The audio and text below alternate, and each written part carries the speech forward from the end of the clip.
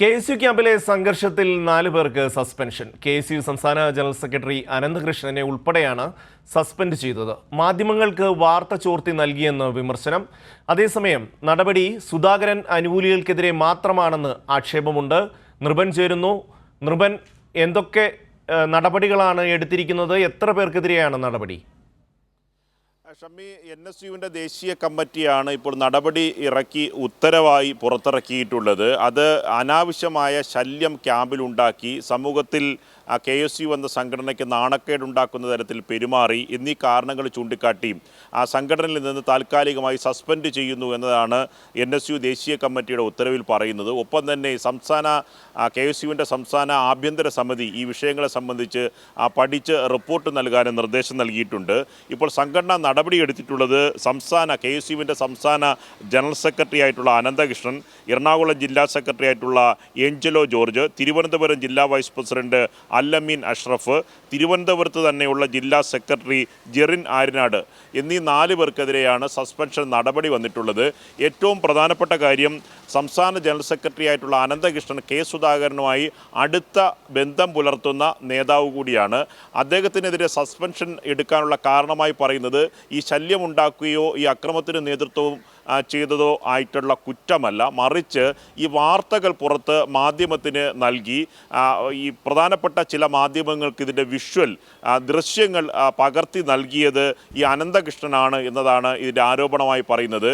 ഈ KSU ക്യാമ്പിൽ നടന്ന സംഭവങ്ങൾ പുറം ലോകത്തെത്തിച്ചതിൻ്റെ ഗൂഢാലോചന നടത്തിയത് KSUവിൻ്റെ സംസ്ഥാന ജനറൽ സെക്രട്ടറി അനന്തകൃഷ്ണനാണ് എന്നതാണ് ഇവരുടെ നടപടി റിപ്പോർട്ടിൽ പറയുന്നത്. ഒപ്പം തന്നെ ഈ സുധാകരൻ്റെ അടുത്ത അനുയായിയായിട്ടുള്ള അനന്തകൃഷ്ണൻ മറ്റൊരു കാര്യം കൂടി ക്യാമ്പിൽ ചെയ്തു എന്ന വാർത്തകളോട് പുറത്തു വരുന്നുണ്ട്. ഈ ക്യാമ്പിൽ KPCC അധ്യക്ഷനായ സുധാകരനെ ക്ഷണിച്ചിരുന്നില്ല. അക്കാര്യം ക്യാമ്പിനുള്ളിൽ ചോദിച്ചയാൾ കൂടിയാണ് അനന്തകൃഷ്ണൻ. അപ്പോൾ തന്നെ വലിയ തരത്തിലുള്ള അഭിപ്രായ വ്യത്യാസം ഈ ക്യാമ്പുമായി ബന്ധപ്പെട്ട് ഉണ്ടായിരുന്നു. ഈ വിഷയങ്ങൾ പുറത്തു വന്നതോടുകൂടി അതിൻ്റെ കുറ്റം മുഴുവൻ അനന്തകൃഷ്ണനിലേക്ക് ഈ സമിതി, പ്രത്യേകിച്ച് കേരളത്തിലെ KSUവിൻ്റെ സമിതി ഈ പറഞ്ഞ റിപ്പോർട്ടിൽ ദേശീയ കമ്മിറ്റി അറിയിച്ചിരിക്കുന്ന ആ നിലയ്ക്കാണ്. അങ്ങനെ വൈരനിരാധന ബുദ്ധിയോടുകൂടി അനന്തകൃഷ്ണനെ സസ്പെൻഡ് ചെയ്തു എന്നാണ് സുധാകരൻ വിഭാഗം പറയുന്നത്. ഈ പറഞ്ഞ നടപടി നേരിട്ടവരെല്ലാം സുധാകരനുമായി അനുകൂലികളാണ്. VD സതീശൻ എതിർവിഭാഗത്തിലെ KSU നേതാക്കളെയാണ് ഇപ്പോൾ സസ്പെൻഡ് ചെയ്തിട്ടുള്ളത്. വലിയ തരത്തിലുള്ള പ്രതിഷേധം ഇതിനകത്തുണ്ടായിട്ടുണ്ട്. കാരണം കുറ്റക്കാർക്കെതിരെ നടപടി ഉണ്ടായിട്ടില്ല, മറിച്ച് ഈ വാർത്ത പുറത്തു നൽകിയവർക്കെതിരെ, ഈ വാർത്ത എങ്ങനെയാണോ മാധ്യമങ്ങൾക്ക് നൽകിയത് അത് ഇവരാണ് അനന്തകൃഷ്ണൻ്റെ നേതൃത്വത്തിലുള്ള സംഘമാണ് വാർത്ത ചോരാനുള്ള കാരണം. അതുകൊണ്ട് അവർക്കെതിരെയുള്ള പ്രാഥമിക നടപടിയാണ് എടുത്തിട്ടുള്ളത്. മറിച്ച് മദ്യപിച്ച് ബഹളം വച്ചതോ തുടർന്നുണ്ടായ സംഘർഷങ്ങളെക്കുറിച്ച് ഉള്ള നടപടി ഉണ്ടായിട്ടില്ല എന്ന് മറുവിഭാഗം പറയുന്നു. ഇപ്പോൾ എന്നിരുന്നാലും കഴിഞ്ഞ ദിവസങ്ങളിലടക്കം KSU നിഷേധിച്ച ഈ സംഭവവുമായി ബന്ധപ്പെട്ട് ഇപ്പോൾ നടപടിയിലേക്ക് പോയിട്ടുണ്ട്. അത് NSUവിൻ്റെ ദേശീയ കമ്മിറ്റിയാണ് ഇപ്പോൾ നടപടിയെടുത്തിട്ടുള്ളത്. വരും ദിവസങ്ങളിൽ KPCCയുടെ അച്ചടക്ക സമിതിയുടെ പ്രത്യേക കമ്മീഷൻ്റെ റിപ്പോർട്ട് വരും. ആ റിപ്പോർട്ടിൻ്റെ അടിസ്ഥാനത്തിലുള്ള കൂടുതൽ നടപടികളിലേക്ക് പോകാനുള്ള സാധ്യതയുണ്ട്. ഒരു കാര്യം ഉറപ്പാണ്, ഇത് ചേരിതിരിഞ്ഞുള്ള സംഘർഷത്തിലേക്ക്, വിഭാഗീയതയിലേക്ക് നടപടിയും പോവുകയാണ്. ഷമ്മി, നൃപൻ, ഇത്രയും വിദ്യാർത്ഥികൾ, ഇത്രയും KSU നേതാക്കന്മാർ പങ്കെടുത്ത ഒരു ക്യാമ്പിൽ ഈ അനന്തകൃഷ്ണനാണ് അല്ലെങ്കിൽ 1-2 പേരാണ് ഈ വാർത്ത ചോർത്തിയത് അല്ലെങ്കിൽ മാധ്യമങ്ങളിലേക്ക് എത്തിച്ചത് എന്ന് എങ്ങനെയാണ് ഇവർ കണ്ടെത്തിയിട്ടുള്ളത്? മാധ്യമങ്ങൾക്ക് ഈ വാർത്ത കിട്ടുന്നത് സ്വാഭാവികമായി ഷമ്മിക്കറിയാം. നിരവധി വർഷമായി റിപ്പോർട്ടിംഗ് രംഗത്ത് പ്രവർത്തിച്ച ഒരാൾ കൂടിയാണ് ഷമ്മി. വാർത്തകൾ സാധാരണ ലഭിക്കുക സോഴ്സ് എന്ന് പറഞ്ഞാൽ വളരെ രഹസ്യമായി വിശ്വാസത്തിൻ്റെ അടിസ്ഥാനത്തിൽ നൽകുന്നതാണ്. അത് ഉറപ്പായും ഈ ഡിജിറ്റൽ കാലത്ത് ഡിജിറ്റൽ രേഖകളടക്കം പരിശോധിച്ചാൽ മാത്രമേ ആഭ്യന്തരമായി വാർത്തകൾ ആരാണ് ഈ വിഷ്വൽ ചിത്രീകരിച്ചതെന്നും ഇതാരാണ് നൽകിയതെന്നും ഒക്കെ കണ്ടുപിടിക്കാൻ കഴിയും. പക്ഷേ ഇതങ്ങനെയല്ല.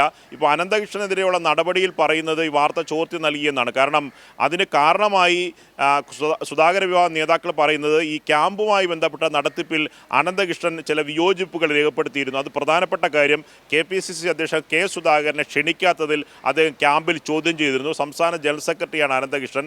അതുമായി ബന്ധപ്പെട്ട തുടർന്നുള്ള പ്രശ്നങ്ങളിലെല്ലാം എതിർഭാഗത്ത് പ്രതിസ്ഥാനത്ത് ഇപ്പോൾ KSUവിൻ്റെ സംസ്ഥാന കമ്മിറ്റി നിർത്തിയിരിക്കുന്ന അനന്തകൃഷ്ണനാണ്.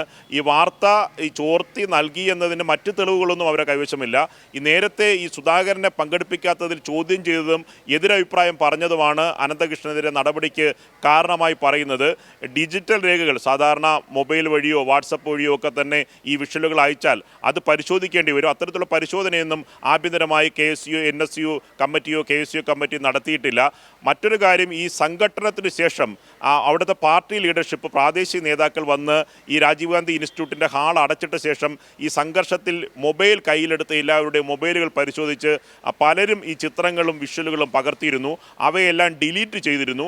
അതിനുശേഷവും ഈ ദൃശ്യങ്ങൾ എങ്ങനെയാണ് കൈരളി ന്യൂസിന് ലഭിച്ചത് എന്നതാണ് അവിടെ ചോദിക്കുന്ന ചോദ്യം. ഇതിൻ്റെ അടിസ്ഥാനത്തിലാണ് നടപടികളിലേക്ക് കാര്യങ്ങൾ പോയിട്ടുള്ളത്. ഷമ്മി, ഈ വിഷയവുമായി ബന്ധപ്പെട്ട് ഇപ്പോൾ സസ്പെൻഷനിലായിട്ടുള്ള ആൾക്കാർ അത് കെ സുധാകരനോട് അനുകൂലിക്കുന്നവരാണോ, കെ സുധാകരൻ്റെ അനുയായികളാണോ, അതോ മറ്റേതെങ്കിലും ഗ്രൂപ്പിൽ പെട്ടവരാണോ?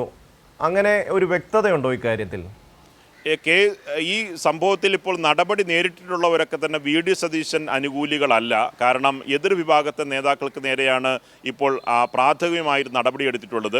ആ നടപടി എടുത്തിട്ടുള്ളതിൽ തന്നെ ഷമ്മി ഈ പറഞ്ഞ കുറ്റക്കാർക്കെതിരെയല്ല നടപടി എടുത്തിട്ടുള്ളതെന്നുള്ള വാദമാണ് A വിഭാഗം ഈ സുധാകര അനുകൂലി നേതാക്കൾ പറയുന്നത്. കാരണം ഇതുമായി ബന്ധപ്പെട്ട് ആദ്യം പ്രശ്നത്തിലെ പ്രശ്നം ഉണ്ടാക്കിയവർക്കെതിരെയുള്ള അച്ചടക്ക നടപടിയിലേക്ക് പോകുന്നില്ല, മറിച്ച് ഈ വാർത്ത എങ്ങനെ ചോർന്നു എന്ന തരത്തിലുള്ള പരിശോധന ഈ KSUവിൻ്റെ സംസ്ഥാന പഠന ക്യാമ്പിനെ അപകീർത്തിപ്പെടുത്താൻ ബോധപൂർവം KSU അംഗങ്ങൾ തന്നെ ശ്രമിച്ചു. അതിന് നേതൃത്വം നൽകിയവർക്കെതിരെയുള്ള നടപടി എന്നതാണ് പ്രാഥമികമായിരുന്ന വിവരങ്ങൾ.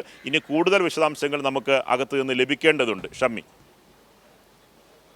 നൃപൻ, ഈ ക്യാമ്പുമായി ബന്ധപ്പെട്ട് ഇപ്പോൾ ലഭിക്കുന്ന വിവരം, ഇവർ ഈ ക്യാമ്പിൽ ഏതാണ്ട് കഴിഞ്ഞതിന് ശേഷം തിരുവനന്തപുരം ജില്ലയിലെ കോൺഗ്രസിൻ്റെ ചില നേതാക്കന്മാർ, DCC സെക്രട്ടറി അടക്കമുള്ളവരുടെ പേരുകളാണ് പറഞ്ഞേക്കുന്നത്.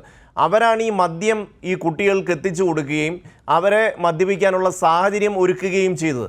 അങ്ങനെയാണെങ്കിൽ ഈ KSU വിദ്യാർത്ഥികളെക്കാൾ മുൻപേ നടപടിയെടുക്കേണ്ടത് ഇവിടുത്തെ DCC ഭാരവാഹികൾക്കും ഈ മദ്യം ആ ക്യാമ്പിൽ എത്തിച്ചവർക്കും എതിരെയല്ലേ?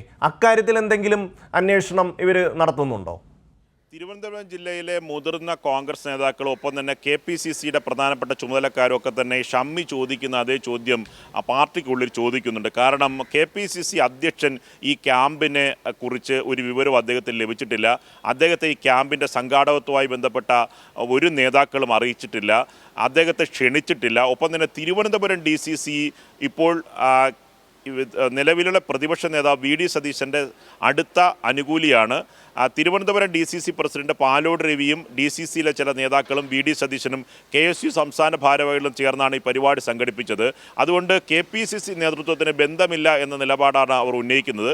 ഒപ്പം തന്നെ ഷമ്മി പറഞ്ഞതുപോലെ തലസ്ഥാന ജില്ലയിലെ DCCയിലെ ചില ഭാരവാഹികളടക്കമുള്ള നേതാക്കൾ ഒരു ഇന്നോവ കാറിൽ അവിടെ എത്തുകയും അവർ ആണ് ഈ മദ്യം ഈ KSUയിലെ വിദ്യാർത്ഥികൾക്ക് നൽകിയത് എന്നതാണ്. ആ വാഹനത്തിൻ്റെ നമ്പർ അടക്കം നമുക്ക് ലഭിച്ചിട്ടുണ്ട്. കാരണം ഇത് വ്യക്തമായ ക്യാമ്പിനുള്ളിൽ ആ സമയത്ത് മദ്യം ഇതിലാണ് എത്തിച്ചത് എന്ന കാര്യത്തിൽ ആരോപണമായി KSU നേതാക്കൾ തന്നെ പറയുമ്പോഴും നമുക്ക് അതിൻ്റെ വ്യക്തമായ തെളിവുകളില്ലാത്തതുകൊണ്ടാണ് നമ്മൾ ആ വാഹനത്തെക്കുറിച്ചും അതിൻ്റെ വിശദാംശങ്ങളെക്കുറിച്ചും പറയാത്തത്. പ്രധാനപ്പെട്ട സംസ്ഥാനത്തെ മഹിളാ കോൺഗ്രസിൻ്റെ ഒരു പ്രധാന ഭാരവാഹിത്വം വഹിച്ച ഒരു നേതാവിൻ്റെ വാഹനമാണ്, ആ രജിസ്ട്രേഷൻ നമ്പറുള്ള ഇന്നോവ കാറിലാണ് DCCയിലെ പ്രധാനപ്പെട്ട നേതാക്കൾ എത്തിയിരുന്നത്. അവരുടെ നേതൃത്വത്തിലാണ് മദ്യം അവിടെ ഈ നെയ്യാർ ഡാമിലെ ക്യാമ്പിലെത്തിച്ചത്. അത് മദ്യപിച്ച ശേഷമാണ് ഈ പറഞ്ഞ KSU പ്രവർത്തകർ കൂട്ടത്തല്ലിലേക്കും കയ്യാങ്കളിയിലേക്കും പോയത്. പ്രകോപനം ഉണ്ടാകേണ്ട കാരണമുണ്ടായിരുന്നില്ല, നിസ്സാര പ്രശ്നങ്ങളായിരുന്നു. കാരണം ഒരു വാട്സപ്പിലെ സന്ദേശം അയച്ചതുമായി ബന്ധപ്പെട്ട് രണ്ട് പ്രവർത്തകർ തമ്മിൽ ആദ്യം വാക്കേറ്റമുണ്ടാകുന്നു. ഇത് ചോദ്യം ചെയ്യാൻ നിരവധി പ്രവർത്തകർ വരുന്നു. ഈ പലരും മദ്യപിച്ചിരുന്നതുകൊണ്ടും ആ മദ്യലഹരിയിലെ മൂഡിലായതുകൊണ്ടും പെട്ടെന്ന് പ്രകോപനം അടിയിലേക്ക് പോകുകയായിരുന്നു. അങ്ങനെ ഒരു കൂട്ടത്തല്ലിലേക്ക് കലാശിക്കുകയായിരുന്നു. ആ ഘട്ടത്തിൽ DCCയിലെ പ്രധാനപ്പെട്ട നേതാക്കൾ പാലോട് രവി അടക്കമുള്ള നേതാക്കൾ ആ സംഭവ സ്ഥലത്ത് ഇല്ലായിരുന്നു. ഈ കുട്ടികളെ മാത്രം ഏൽപ്പിച്ചിട്ട് എന്തുകൊണ്ടാണ് സംഘാടകർ അവിടെ നിന്ന് മുങ്ങിയത് എന്ന ചോദ്യവും പ്രധാനപ്പെട്ട കോൺഗ്രസ് നേതാക്കൾ ചോദിക്കുന്നുണ്ട്. ഇങ്ങനെ KSUവിൽ ഉണ്ടായ പ്രശ്നം അത് KSUവിൽ മാത്രം അവസാനിക്കുന്നില്ല, പാർട്ടി ഗൗരവതരമായി പരിശോധിക്കണമെന്നാണ് മുതിർന്ന നേതാക്കൾ ആവശ്യപ്പെടുന്നത്. ഷമ്മി.